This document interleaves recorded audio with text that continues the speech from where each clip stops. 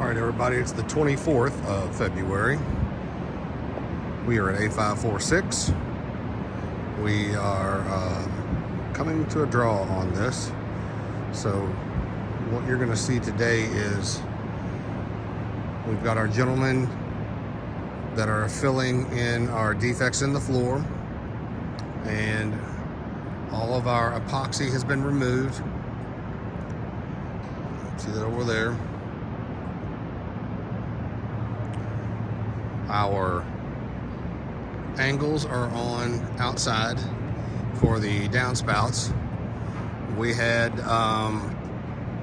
10 overall lights that had to have their ballasts replaced, so those came in yesterday. That's why you see some areas out.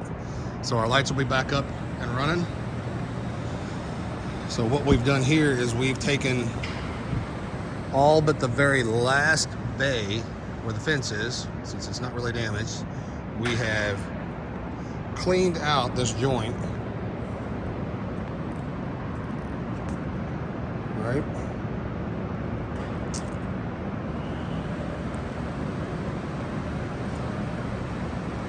And vacuumed it all out. This has got to be the strangest joint I've ever seen.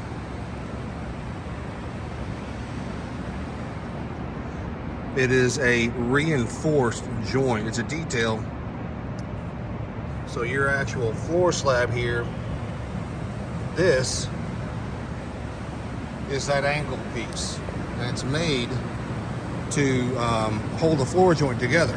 But what they don't tell you in Construction 101, that is what happens when you take a shallow piece, that is basically an inch, angle it,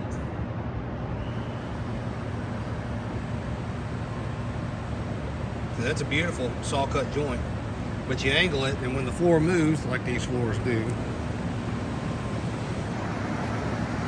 they bust, and then dirt gets down in there, and then the longer that you mess with it, the longer it exacerbates its situation, and the only thing you can really do is make it a flexible joint.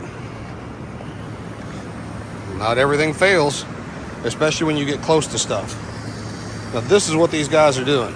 This is a two-part polyurea. Now we're going to take this,